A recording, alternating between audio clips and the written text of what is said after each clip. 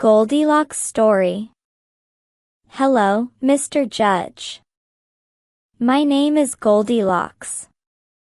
I'm called Goldilocks because I have golden hair. Well, my mom says it's golden.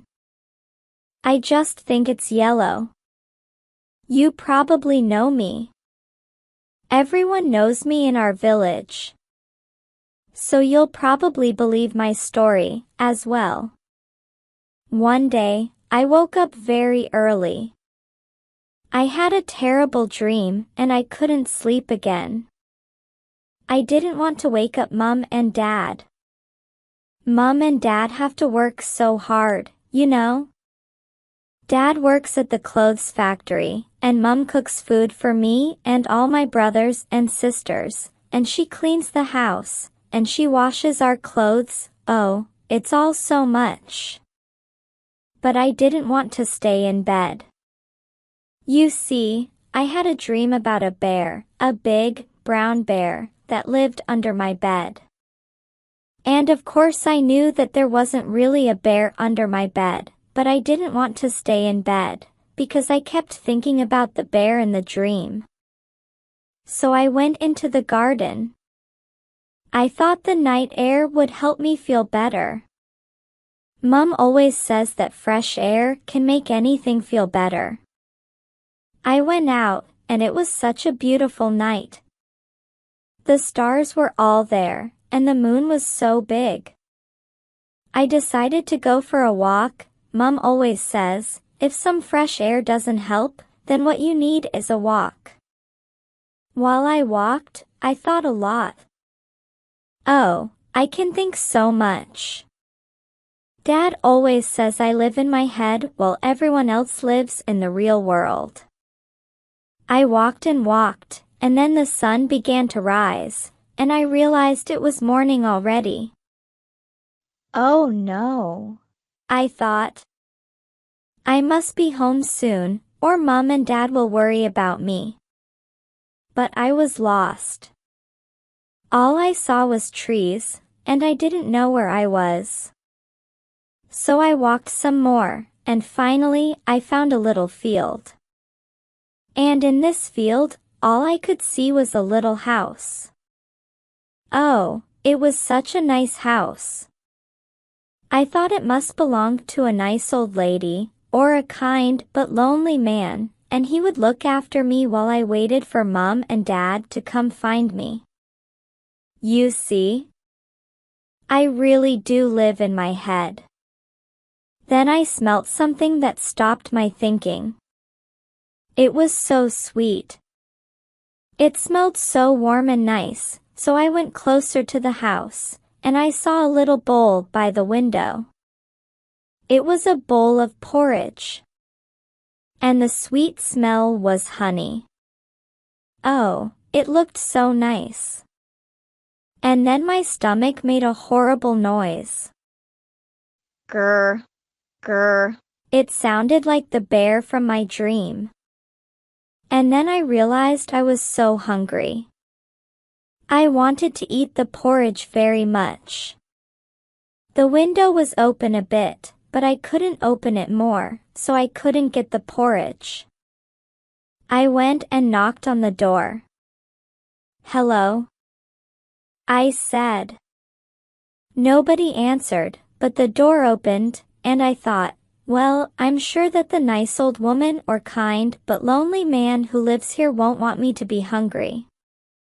They will want me to go inside and eat the porridge. So I went inside and into the kitchen. There, by the window, were 3 bowls of porridge, a big bowl, a normal-sized bowl, and a little bowl. I tried the big bowl first, but oh. It was too hot.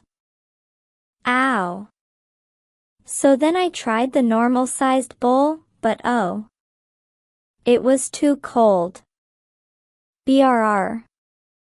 So then I tried the little bowl, and it was just right. Yum. Perfect. But I couldn't eat standing up. Mom always says you must sit down to eat. So I took the bowl and put it on the table. There were 3 chairs, a big chair, a normal-sized chair, and a little chair. I tried sitting in the big chair first, but oh, it was so hard. Oof. So then I tried sitting in the normal-sized chair, but oh, it was too soft. Bah. So then I tried sitting on the little chair, and it was just right. Yay! Lovely. I sat down on the little chair and I ate my porridge. I ate all of it, because Dad always says you must eat all your food. But then the chair broke. Ah! Now I felt very bad. I had come into the house of this nice old woman or kind but lonely man, and I had eaten his porridge and broken his chair. What a bad girl you are, Goldilocks, I thought. And then I felt bad, because I did not want to be a bad girl. I felt so sad, but I had walked for so long, and the chair breaking was such a surprise. Now I was tired and I wanted to sleep. Well, I thought, I am sure that the kind but lonely man, I was sure now that it was a kind but lonely man who lived here. I am sure that the kind but lonely man won't want me to be tired. So I will go and sleep, and when the kind but lonely man comes home, I can explain everything, and oh, we will laugh so much. Ha! Ha! Ha! So I went upstairs, and I found a room with 3 beds. Now, you might think, well, Goldilocks, would a kind but lonely man have a room with 3 beds? He lives alone. Maybe it is not a kind but lonely man who lives here.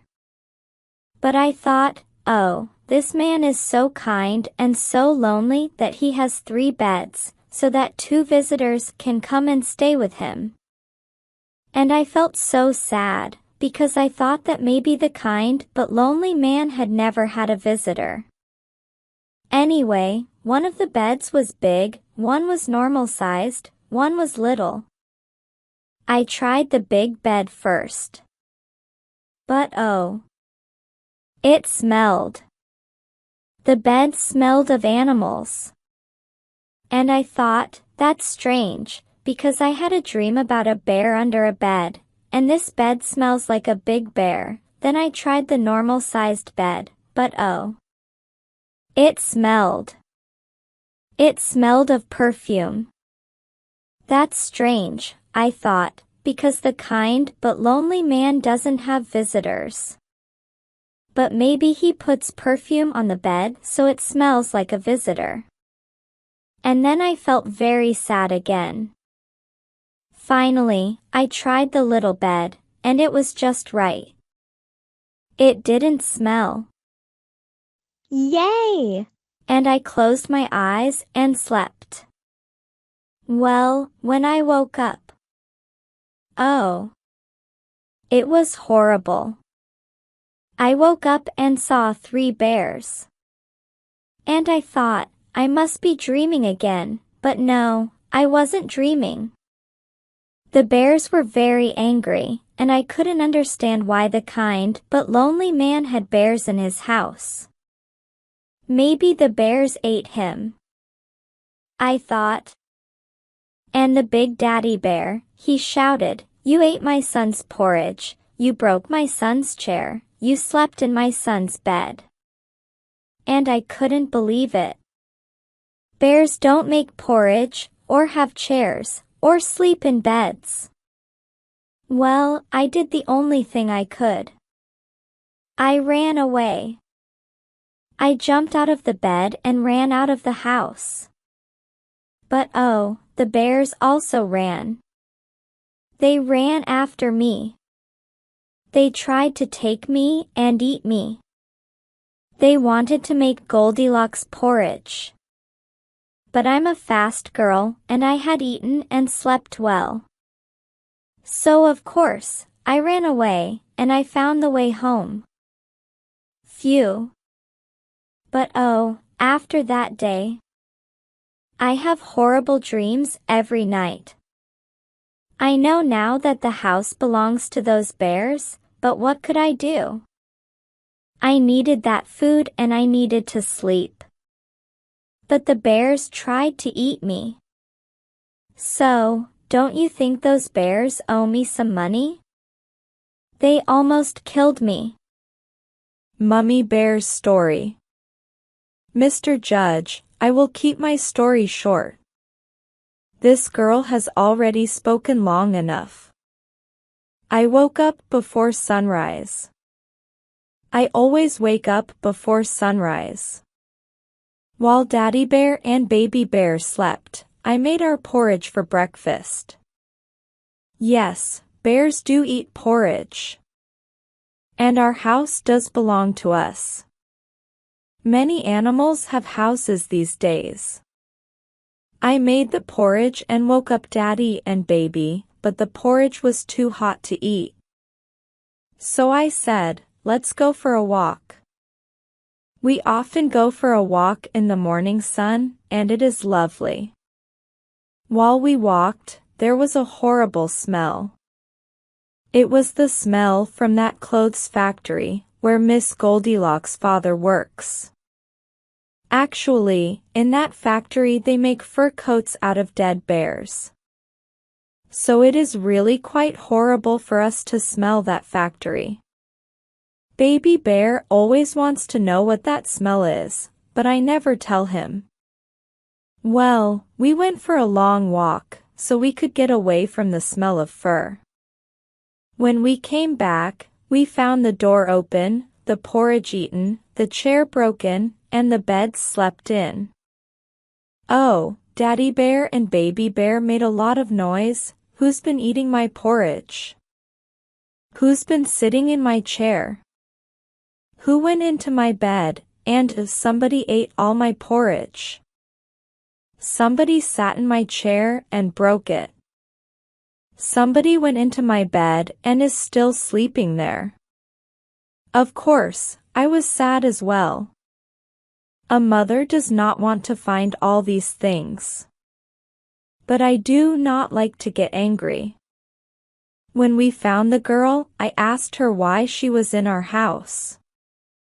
Well, I tried to ask her, but Daddy Bear got angry and shouted. You can understand why. But the girl started crying and then she ran away. We only wanted to talk to her. We did not try to eat her. But we had to know why she had come to our house. So of course we ran after her. But she was faster than us. And if we went into the village, some people might have killed us and made us into fur coats. So, Mr. Judge, as you can see, Goldilocks has made many problems. She broke our chair and now our son is very afraid. He won't go outside. He is not having bad dreams because he cannot sleep. So don't you think that girl and her family owe us some money? The judge's decision. The judge did not know what to say. He was very glad that he had not worn his fur coat that day. But Mummy Bear was looking at him and he felt afraid. She could eat him so easily. He cleared his throat. It is clear that something very strange happened on that day. We cannot know what is true. But Goldilocks is just a child. And her family is poor. They owe you money, yes, but they do not have the money. The factory only pays enough to buy some bread and cheese, you know. If they gave you the money, they would not have enough food. I can't do that. Huh, said Daddy Bear.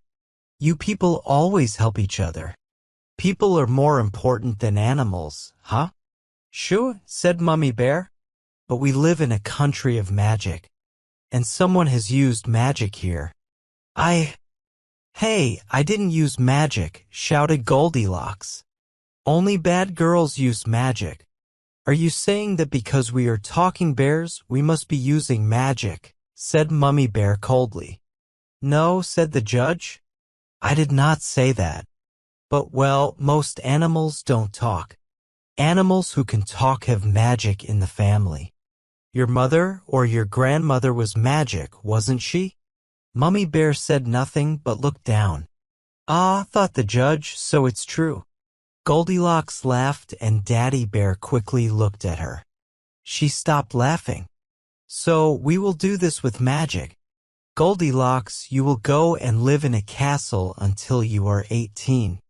A magic castle, of course. But some strong boy will come and find you.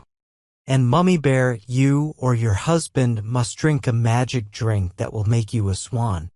A swan? How can a swan cook porridge?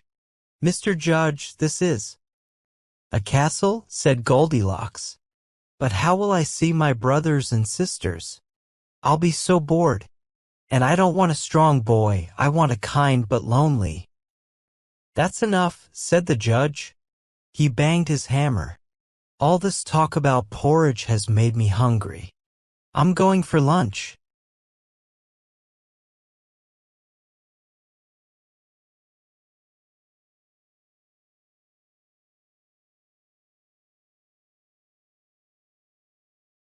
Eclovia stayed low in the grass. Before him, his father, the hunter, moved quietly. He held a bow and arrow. Then, he saw it. A few meters in front there was a rabbit. It was drinking water. Eclovia's father put an arrow in the bow. Eclovia took a deep breath. He tried not to move, but it was hard.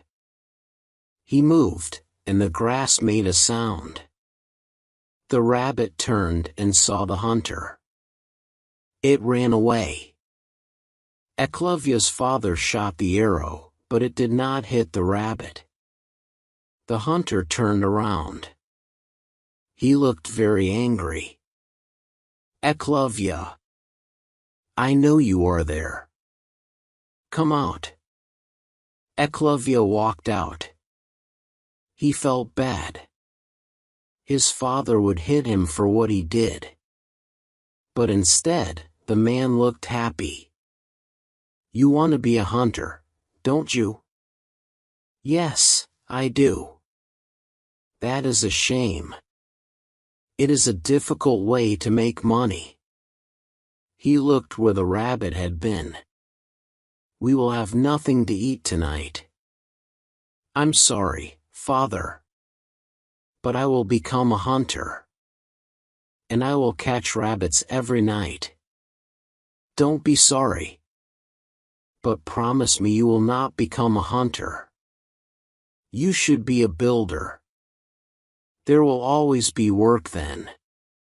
I promise, Father. But Eclovia was bad at keeping promises. As he grew up, he tried everything, building, making knives, even sending messages. He grew strong and fast. At night, he went into the forest and practiced moving quietly. Eclovia understood that he did not want to be a hunter. Really, he wanted to be an archer. He loved the sound of shooting arrows. He watched his father do it all the time. He could never use the bow himself, of course. Several times, Eclovia found some wood and made his own bow, but each time his father found the bow and broke it. When he became an adult, Eclovia traveled to the capital city. His father had a friend there. The friend said Eclovia could work as a builder for him. But Eclovia did not go there, and instead went to the castle. I must see Dronacharya. Dronacharya was the archery teacher for the king and his family. He was the most famous archer in the whole country. Eclovia did not think Dronacharya would meet him. He was too important to meet someone like Eklavya. But Dronacharya wanted to know who this strange man was. "What do you want?" "Please, I want you to be my teacher. I will study day and night, and I will do everything you say." Dronacharya looked at him coldly. "You know the laws of the country. I am the teacher of the princes and kings, and I cannot teach my art to anyone else. If I teach you, you might become as strong as the princes and kings. That is not good. Promise me you will not bother me again." "I promise." But as we know, Eklavya was bad at keeping promises. He thought the tall, powerful Dronacharya was amazing. In his heart, he had already decided that Dronacharya was his teacher. He picked up the dirt that Dronacharya had stood on, and from the dirt he made a small statue of Dronacharya. "You will be my teacher," he said. Eklavya went and worked as a builder. He saved money and bought a bow and arrow. Every afternoon he went and stood by the castle walls. In the garden of the castle, Dronacharya taught the princes archery. Eklavya could hear his words over the wall. He shot arrows into a tree, and took Dronacharya's advice. The advice was for the princes, so it was difficult.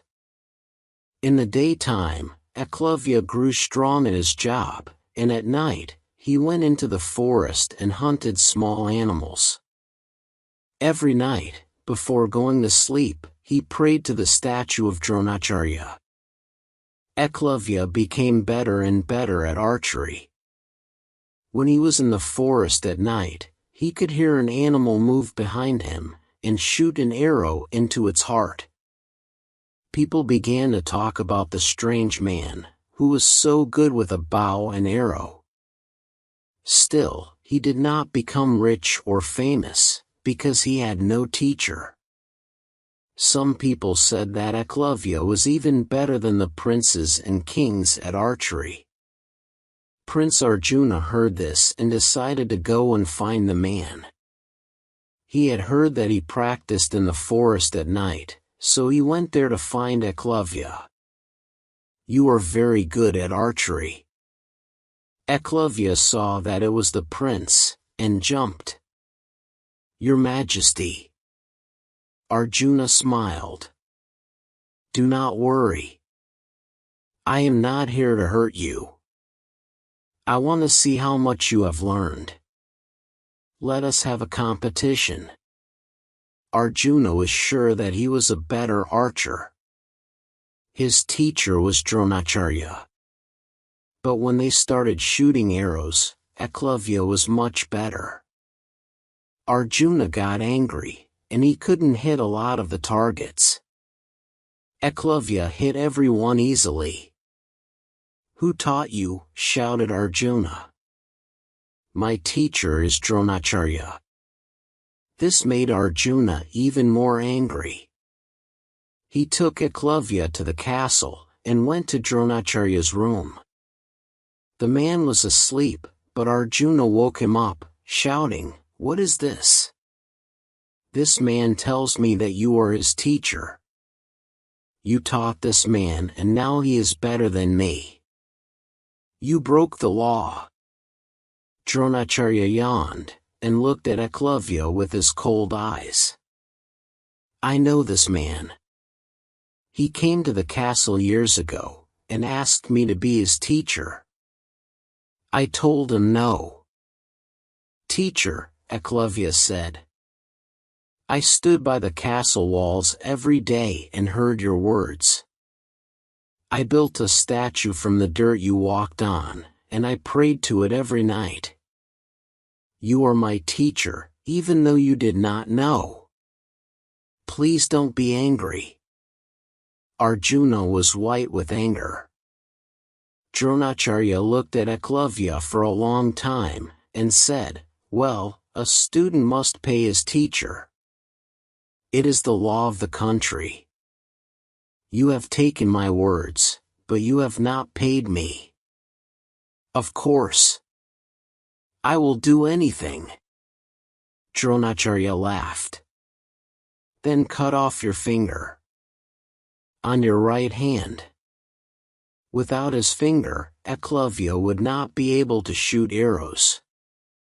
Arjuna was very happy about this. Without waiting, Eklavya said, "Of course. Do you have a knife?" He cut his finger off right there, in his teacher's bedroom. Then he thanked Dronacharya and the prince and left. Without archery and without his finger, Eklavya could not live in the capital city. So he returned to his hometown. The people there had heard stories about him. They could not believe that he cut off his own finger. "Why did you do it?" they asked. "Because my teacher told me to." Eklavya sat in the street and people gave him money. He talked to people about his story. They thought it was interesting and sad. People came to visit him and to hear his story. "You are the best student to ever exist," a man told him. "You show us how to be good students." People forgot that Eklavya had been an archer.